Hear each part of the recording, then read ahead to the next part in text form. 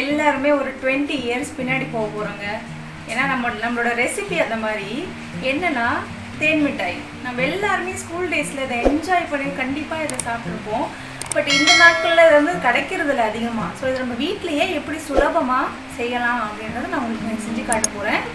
இந்த ஜென்ரேஷன் பசங்களுக்கும் நீங்கள் வீட்டில் இப்போ லாக்டவுன் டைமில் இதை செஞ்சு கொடுங்க. அவங்களும் கண்டிப்பாக இது சின்ன பிள்ளைங்க வந்து இதை என்ஜாய் பண்ணி சாப்பிடுவாங்க.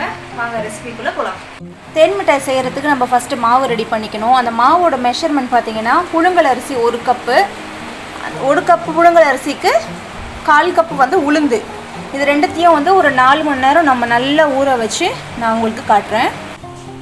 இந்த அரிசியும் உளுந்தையும் நான் வந்து ஒரு 4 மணி நேரம் நல்லா ஊற வச்சுருக்கேன். இதை நம்ம நல்லா நைஸாக கிரைண்டர்லேயோ இல்லை மிக்சிலையோ போட்டு நல்லா அரைச்சிக்கலாம். அரைச்சிட்டு நான் உங்களுக்கு எந்த கன்சிஸ்டன்சியில் இருக்குன்னு உங்களுக்கு நான் சொல்கிறேன். இப்போ நான் மாவை நல்லா கிரைண்டரில் அரைச்சி எடுத்து வச்சுருக்கேன். மாவு பார்த்திங்கன்னா இங்கே பாருங்கள் எவ்வளோ திக்காக இருக்கணும், நைஸாக அரைச்சிருக்கணும். அதே சமயத்தில் மாவு வந்து நல்லா திக்காக இருக்கணும். தண்ணி ஊற்றாமல் மீடியமாக கொஞ்சமாக தண்ணி தெளித்து வந்து சூடாகாமல் அரைக்கணும். இப்போ நம்ம மிக்சியில் அரைச்சோன்னா மாவு வந்து சூடாகிடும். ஸோ நம்ம முடிஞ்ச அளவுக்கு நீங்கள் கிரைண்டர்லேயே போட்டு அரைச்சிருங்க, சீக்கிரமாகவும் அரைச்சிடலாம். இப்போ இந்த மாவில் நான் வந்து ஒரு 1/4 ஸ்பூன் வந்து சோடா உப்பு போடுறேன், பேக்கிங் சோடா. ஒரு 1/4 ஸ்பூன் வந்து நான் ஃபுட் கலர் போடுறேன். நான் ஆரஞ்சு கலர் போடுறேன். உங்களுக்கு எந்த கலர் விருப்பமோ நீங்கள் அந்த கலர் சேர்த்துக்கலாம். இப்போ இந்த மாவை வந்து நம்ம நல்லா கலக்கிக்கலாம். தண்ணியே ஊற்றக்கூடாது. தண்ணி ஊற்றாமல் நல்லா ஒரு விஸ்க் வச்சு இந்த சோடாவும் கலரும் வந்து இந்த மாவில் நல்லா ஸ்ப்ரெட் ஆகணும். நல்லா கலக்கிக்கலாம். இப்போ மாவு நல்லா கலக்கியாச்சு. பாருங்கள் எவ்வளோ திக்காக இருக்குது. கொஞ்சம் கூட தண்ணி ஊற்றக்கூடாது. இப்போ இந்த மாவு வந்து ஒரு 5 நிமிஷம் ரெஸ்டிங் டைம் கொடுத்து அப்படியே இருக்கட்டும். அதுக்குள்ளே நம்ம சுகர் சிரப் ரெடி பண்ணிக்கலாம். சுகர் சிரப்புக்கு நான் இந்த கப்பில் 1.5 கப் வந்து சுகர் போட்டுக்கிறேன்.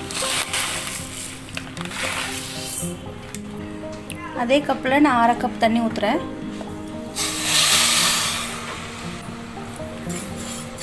சுகர் மூழ்கிற அளவுக்கு தண்ணி ஊற்றினா போதும், ரொம்ப ஊற்றாதீங்க.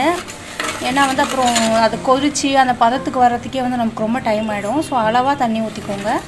இந்த சுகர் சிரப்பு வந்து தேன் மிட்டாய்க்குள்ளே ஊறுறதுக்கும் ஒரு மேலே வந்து ஒரு கோட்டிங் கொடுக்கறதுக்காக மட்டும்தான் நம்ம யூஸ் பண்ணுறோம். இதை வந்து நீங்கள் ரொம்ப தண்ணியாக போட்டிங்கன்னா தேன் மிட்டாய் வந்து ரொம்ப சாகியாக சொதன்னு ஆகிடும்.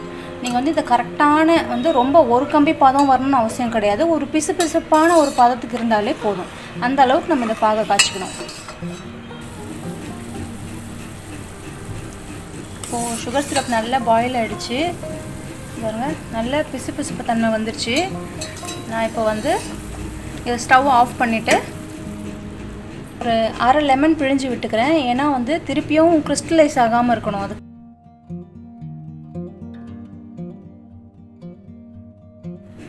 ஸ்டவ் ஆஃப் பண்ணதும் என்கிட்ட வந்து ரோஸ் எசன்ஸ் இருக்குது. ஒரு நல்ல ஃப்ளேவருக்காக நான் வந்து ஒரு ஸ்பூன் வந்து ரோஸ் எசன்ஸ் ஊற்றுறேன். இந்த ரோஸ் எசன்ஸ் வந்து தேன் மிட்டாய்க்கு ஒரு நல்ல ஃப்ளேவர் கொடுக்கும். ஸோ அதுக்காக நான் ஆட் பண்ணியிருக்கேன். இப்போ நான் ஒரு பேன் வச்சு தேவையான அளவு எண்ணெய் ஊற்றிருக்கேன். எண்ணெய் நல்லா சூடாகட்டும். இப்போது எண்ணெய் வந்து நல்லா சூடாகிடுச்சு. மீடியம் ஹையில் வச்சுருக்கேன் நான். நம்ம இதில் வந்து அரைச்சி வச்சுருக்கேன் அந்த மாவை வந்து சின்ன சின்ன உருண்டைகளாக போட்டுடலாம்.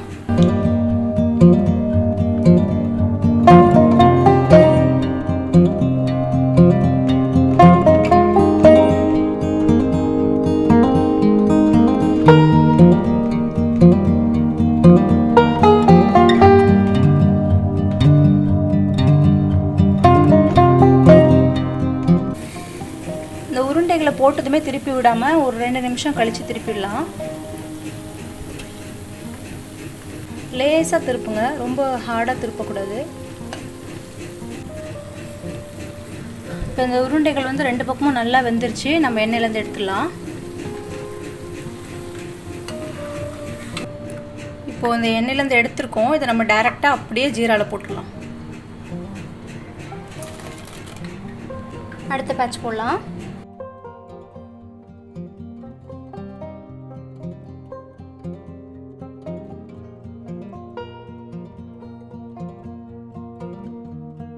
இப்போ ஒரு பக்கம் வெந்திருக்கு, நம்ம திருப்பிடலாம். இப்போ நீங்கள் வந்து பிகினராக இருக்கீங்க, எனக்கு எண்ணெயில் வந்து இது மாதிரி போட பயமாக இருக்குது, அந்த மாதிரி நீங்கள் ஒரு ஸ்பூன் கூட நீங்கள் எடுத்து யூஸ் பண்ணி நீங்கள் இந்த மாதிரி கொஞ்சம் கொஞ்சமாக எடுத்து போட்டுக்கலாம். தேன் மிட்டாயை வந்து நம்ம குலாப் ஜாமுன் மாதிரி ரொம்ப நேரம் வந்து ஜீராவில் விட்டு ஊற வைக்கக்கூடாது. ஜஸ்ட்டு ஒரு 2 நிமிஷம் போட்டுட்டு ஒரு பாத்திரத்தில் ட்ரான்ஸ்ஃபர் பண்ணிடணும். இன்னும் ரொம்ப நீங்கள் ஊற வச்சிட்டிங்கன்னா சதன்னு ஆகிடும்.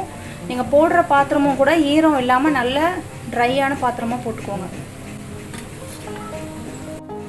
இதுவும் நல்லா வெந்துருச்சு, எடுத்துடலாம். எனக்கு செய்யும் போதே ரொம்ப டெம்டிங்காக இருக்குது. எப்படா டேஸ்ட் பண்ணுவோன்னு அந்தளவுக்கு நானும் என் ஹஸ்பண்டும் வெயிட் பண்ணிகிட்டே இருக்கோம். இது நிஜமாகவே வந்து என்னோடய ஸ்கூல் மெமரிஸ், என்னோட மட்டும் இல்லை, நம்ம எல்லாரோடைய ஸ்கூல் மெமரிஸும் இந்த தேன் மிட்டாய் வந்து ரிமைண்ட் பண்ணோம். ஸோ வந்து இந்த ரெசிபி அந்த லாக்டவுன் டைமில் நம்ம பிள்ளைங்களுக்கும் நம்ம என்ஜாய் பண்ண சந்தோஷத்தை நம்ம பிள்ளைங்களுக்கும் நம்ம கொடுக்கும்போது அவங்களும் ரொம்ப என்ஜாய் பண்ணி சாப்பிடுவாங்க.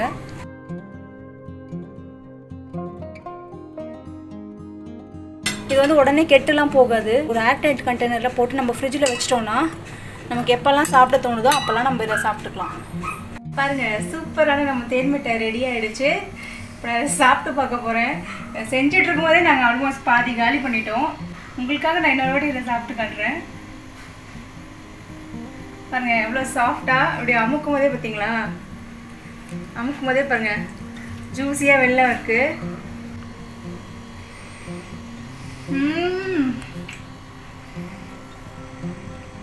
எப்பயுமே சொல்கிறது தான், பட் இருந்தாலும் நான் ரிப்பீட் பண்ணுறேன். ரொம்ப ரொம்ப நல்லாயிருக்கு. அடிக்கடி எங்கள் வீட்டில் நாங்கள் செய்யக்கூடிய ஒரு டெசர்ட் இது. நீங்கள் இதை கண்டிப்பாக ட்ரை பண்ணுங்கள். என்னால் வந்து ரொம்ப நேரம் பேச முடியாது, பிகாஸ் அவ்வளோ டேஸ்டியாக இருக்குது. அந்த ரோஸோட எசன்ஸ்லாம் இந்த ஊறி நல்ல ஜூஸியாக ரொம்ப நல்லாயிருக்கு. இதை நீங்கள் சாப்பிட்டா தான் உங்களுக்கு புரியும். இந்த ரெசிபி நீங்கள் கண்டிப்பாக ட்ரை பண்ணுங்கள். இந்த ரெசிபி உங்களுக்கு பிடிச்சிருந்தா ஆன்ஜிஸ் ரெசிபீஸை நீங்கள் மறக்காமல் சப்ஸ்கிரைப் பண்ணுங்கள். நல்ல சுவை நல்லது.